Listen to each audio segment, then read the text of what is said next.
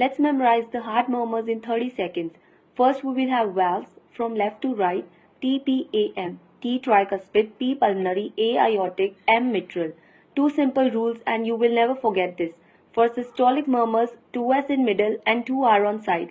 Tricuspid regurgitation, pulmonary stenosis, aortic stenosis, mitral regurgitation. For diastolic murmurs, exact opposite.